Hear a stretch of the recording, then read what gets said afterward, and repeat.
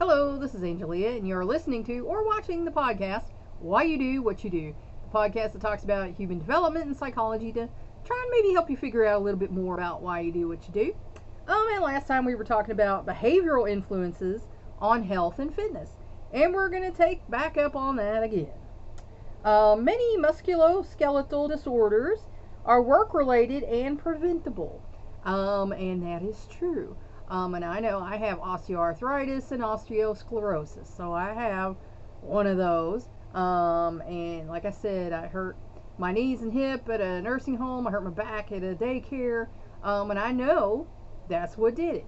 But when I went to get disability, I got turned down a lot, and then I got a judge who had his own issues because he decided I paid the doctor that I was seeing to say I had all these things wrong with me that I did, and it's like, hello, I'm a Medicaid patient. I'm not a private patient. I don't have the money for insurance, much less to pay off doctors. So, you know, he was jaded and had his own issues, but that's another ball of wax.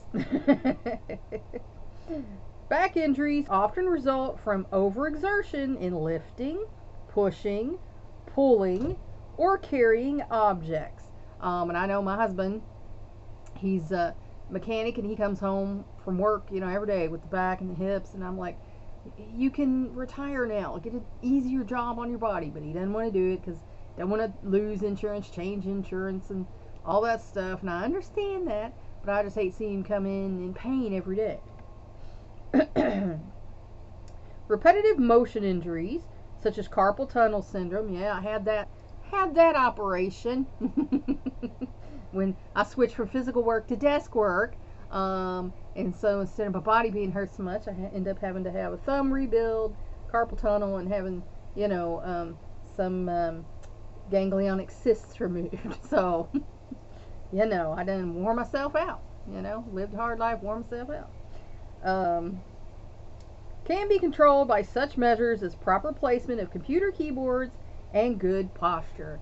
And at home I have one of those little, fluffy rest things. I don't now because I got a different, keyboard to where that's not such a big deal. But I used to have one of those. And of course, workplaces don't provide those. So. The link between behavior and health illustrates the interrelationship among physical, cognitive, and emotional aspects of development, because all of our parts work together. Where you're not separate parts. You're not just a spiritual person, not just a mental, not just an emotional, not just a physical. It's all interconnected. When people know about health habits, and it affects what they do, and what they do affects how they feel. Because if you're not taking good care of yourself, you're not going to feel good, and that's going to affect your quality of life. Knowing about good health habits is not enough, however.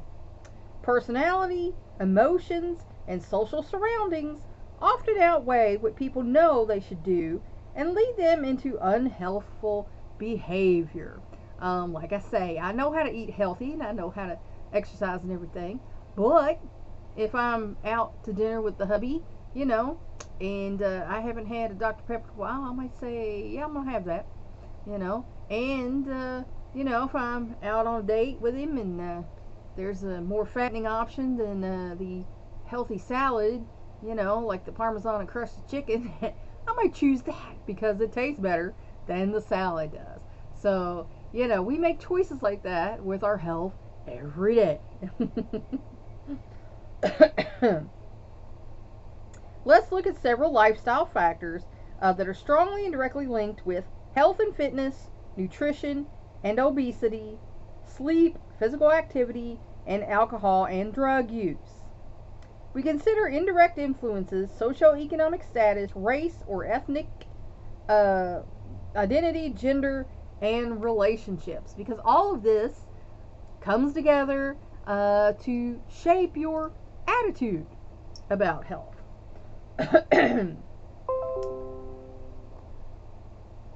Nice pop-ups. Don't you just love it? We're going to start with sleep deprivation. It is widely reported in the U.S. that a lot of people get between 4 and 6 hours of sleep, which most doctors say is not enough. If you have ever experienced jet lag, fatigue due to rapid time change during a cross-country or overseas flight, you know how it feels to have your circadian rhythms disrupted. And I've never had a flight like that, but I know change hours at work, or like from summer to when you come in the fall and the kids have to go back to school, so you have to get up, earlier to get the kids off and everything. It does mess you up when you go through that time change. Circadian rhythms are daily cycles of physiological and behavioral changes, such as falling asleep and waking up, that are linked to the cycles of light and dark in nature. And we are, diurnal, we're up during the day, and there are animals who are nocturnal, and they're up during the night. And that was planned by nature. It's all so that we can exist together in this world. So, the overlap keeps us safe because a lot of the larger animals are nocturnal. These rhythmic cycles are governed by a biological clock in the brain, which may be genetically based. So it could be that your good old ancestors, made you either a night owl or a day lark. They go on even in the absence of natural external cues. For example, in a windowless room that is kept constantly light or constantly dark. And also in Alaska. My in-laws went to Alaska during their 6 months of, daylight. They had to hang quilts over the, windows so they could sleep because it was always light. Human beings can override their circadian rhythms by choosing when and how long they will sleep. For example, by setting an alarm clock. Normally, when the light-dark cycle changes, as in daylight savings time or travel across time zones, and I don't believe in daylight savings time. I wish they'd do away with it. I think it's silly. The internal clock will adjust, and over time we will adjust, like you get used to, like I said, getting up and getting the kids off to school. If you change jobs, you might have to be there earlier or later, depending. I just was honest with my bosses, when I became a single mom, that I have to get the kids off to school. Can't get them there any earlier than this time, so I have to get the kids off to school before I can, get my shower and get to work. So, But when the sleep-wake cycle is seriously and chronically out of phase with circadian rhythms, health, safety, and productivity may suffer. And I'm going to give you a word: suprachiasmatic nucleus. That is the part of your brain that is in charge of your circadian rhythms. They don't give it to you here, but I had to learn it in vocabulary in psychology class years ago, and I repeated that word so many times because it was such a big foreign word to me, suprachiasmatic nucleus, that I will never forget it. Adverse health effects may include gastrointestinal and cardiovascular problems, altered hormonal functioning, and depression. So, if your health is suffering, you suffer all over, not just, just your body, but your sleep cycle, your attitude, all suffers. In a large-scale poll by the National Sleep Foundation, respondents said they were more likely to make mistakes, to become impatient or aggravated when waiting, or to get upset with their children or others when they had not had enough sleep the night before. And that's certainly true. We all know if you don't get enough sleep the night before, you're just cranky. That's it. You're just cranky. Sleep deprivation can be lethal on the road, needless to say. One of my sons had an accident falling asleep on the road, and he ran into another guy who had already had an accident because he fell asleep on the road. So that was scary. But my son was okay. The insurance companies took care of the accident and everything. So thank you, Lord, for letting him be safe. Drowsy drivers cause an estimated 3.6% of all fatal crashes. So, don't drive drowsy. Sleep deprivation may even lead to premature aging. And, they say that's true because your body's processes start to wear down because sleep is like a battery recharge. You plug your phone at night and it's got to recharge. That's what you do when you sleep. You're plugging yourself in to sleep, and your body recharges. It re-energizes all its systems. If you don't do that, then like a phone who's only on like 20-30%, it'll cut out on you and it won't work right. Your body does the same exact thing. If you're not fully recharged, you're going to start cutting out and you're not going to work right.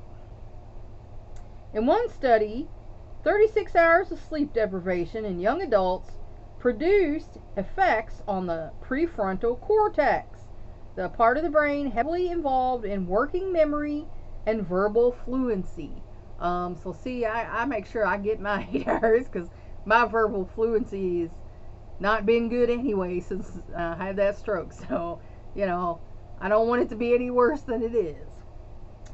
Similar to those found in non-sleep deprived 60-year-olds. So see, if you don't get enough sleep, your 20-year-old brain is existing like it's a 60-year-old, and that's not good. Many young adults, especially those who work abnormal hours, go without adequate sleep. So, our young people think, it's okay, I only need 4 hours or whatever, and some people only do. Everybody's different. But, in general, you should try to get between 6 and 8 hours of sleep at night.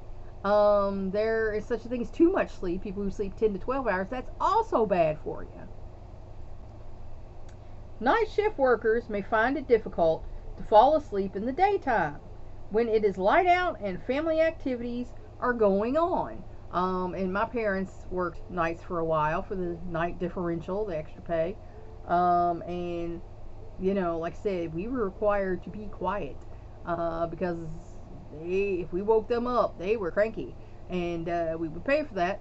But also, if they had to get up early for some reason, I remember every now and then my dad would have to get up early for something, and they were cranky. Furthermore, not everyone has the same pattern of circadian rhythms, and like I say, everybody's different, so we certainly don't. Some people call themselves morning people or evening people because they are more alert at one time or the other. Now, I am an afternoon, evening person. I like a slow morning. I'm groggy in the morning. Even when I get a full night's sleep, I'm groggy. It takes me a long time to get started. So, afternoon and evening, they're my peak times. And then late evening, I'm tired.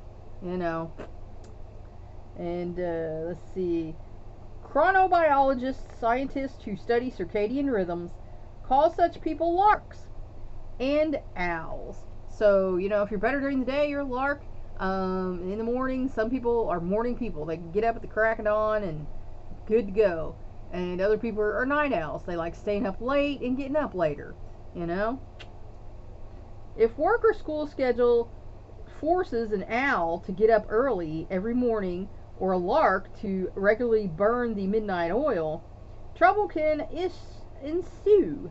And of course it can, because your body's not used to that. And that's like I've had salespeople come to my door early, and I'll show up in my pajamas and house, go, well, I just assumed everybody be up by now. It's like, well, you know what, I got used to working a second shift, and no, I don't get up at 6 o'clock. I get up at 8 o'clock. So I think that's rude to be judgmental of people like that. And number one, you're a salesman coming to my house. I don't even want you here. Go away. Adequate sleep improves learning of complex motor skills. So kids who get a better night's sleep learn, better motor skills. You play better, you do better, and it actually will help you develop if you get enough sleep. And consolidates previous learning, so things you learned before you can remember better if you got enough sleep. Even a short nap can prevent burnout. My husband takes a nap at work every day. He goes to lunch, takes a half-hour nap, and then eats his lunch. So he knows the power nap because he works in a hot shop, a very physical job, and he has his power nap, which helps him get through the rest of the day. Oversaturation of the brain's perceptual processing systems. It prevents that. If you don't get enough sleep, you might be overwhelmed. Too much information, overwhelmed. You might not understand what you're hearing or whatever. So you need the sleep. Sleep deprivation tends to impair verbal learning. So if you don't get enough sleep and you're not paying attention in class, you're not going to learn the lesson, are you? Some aspects of memory and speech articulation. If you don't get enough sleep, you're not going to remember things as well as you should, and you're not going to be able to say things as well as you should. Like I said, I make sure I get my sleep because I got enough problems saying things. And to increase distractibility. And for some people, that's just a problem anyway. But if you find your mind wandering and you're easily distracted, maybe you're not getting enough sleep.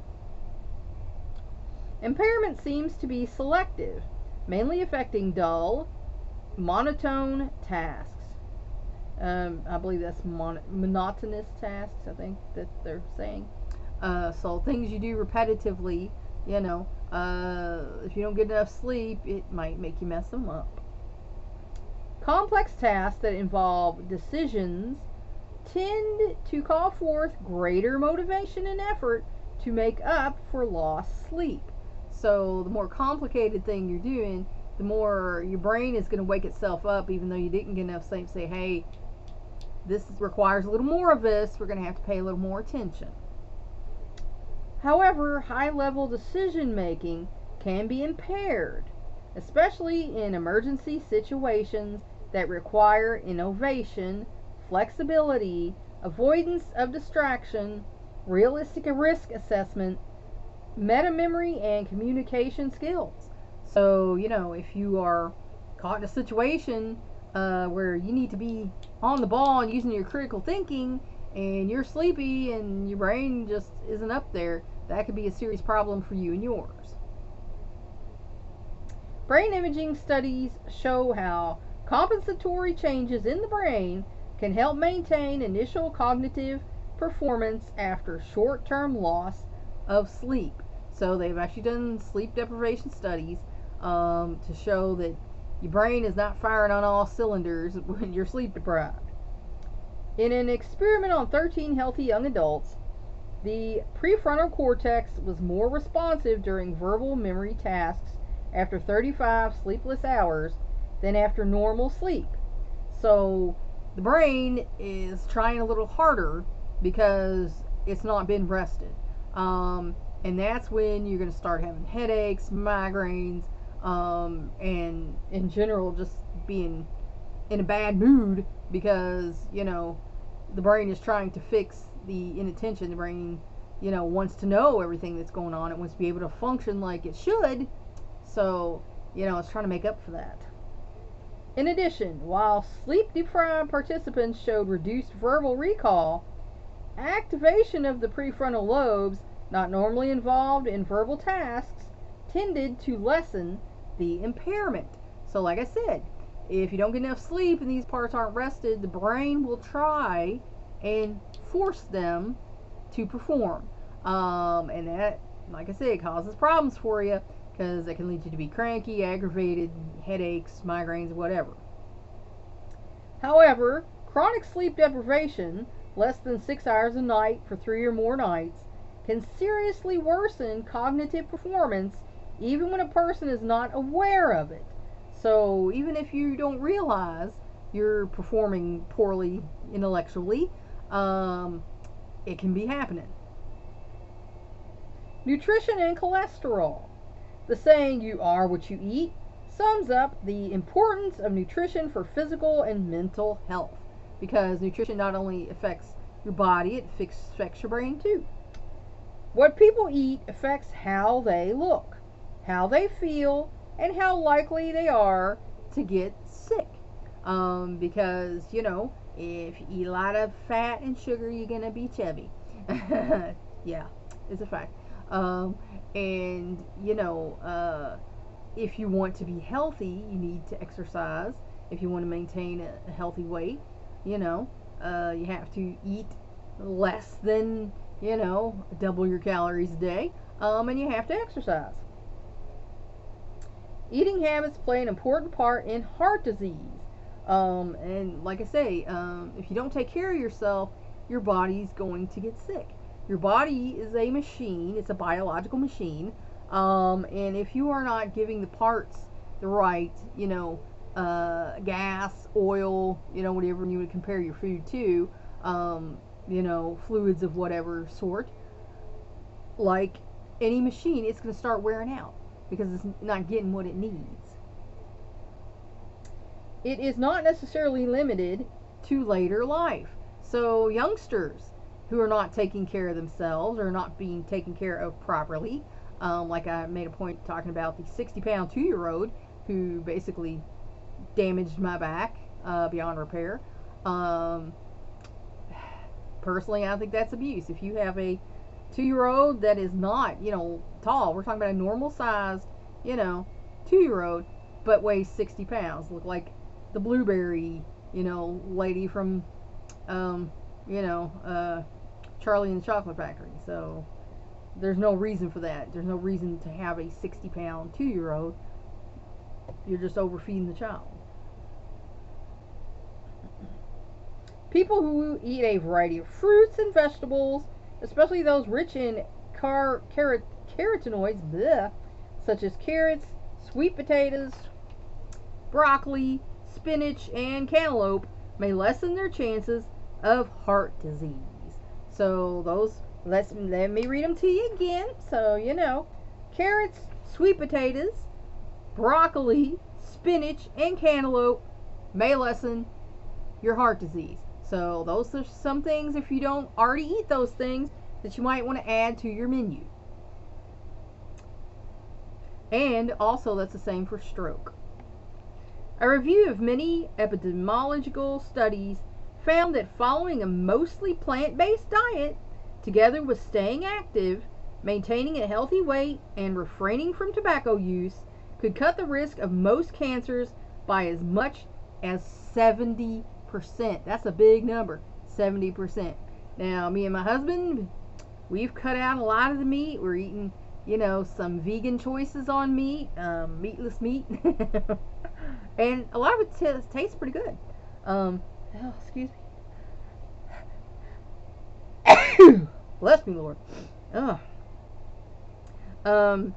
So, I exercise every day. It's certainly not as much as when I was younger, but I make sure that I get my exercise because, I'm trying to keep the old ticker pumping, especially since I've had 2 heart episodes and the gestational stroke when I was pregnant with one of my sons. So, I ain't trying to be checking out soon. And my husband, he goes out on the weekends. We work on the farm and things like that. So, he gets plenty of exercise at work. The man's still skinny. He can still fit into his senior jersey. Can you imagine?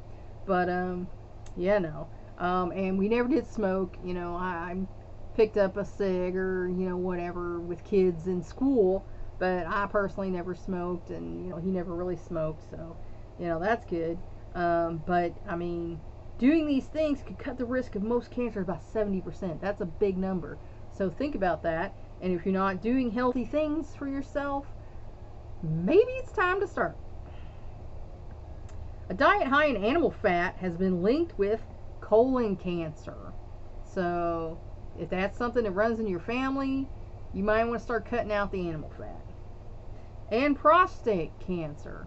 Again, that's not a fun thing because normally that's something that's an all or nothing deal. But not breast cancer. So, that's affected by a different thing. Fat consumption increases cardiovascular risks, particularly cholesterol levels. And, we all know that. I got mine down at one point in time, I was really high. And I didn't even realize it.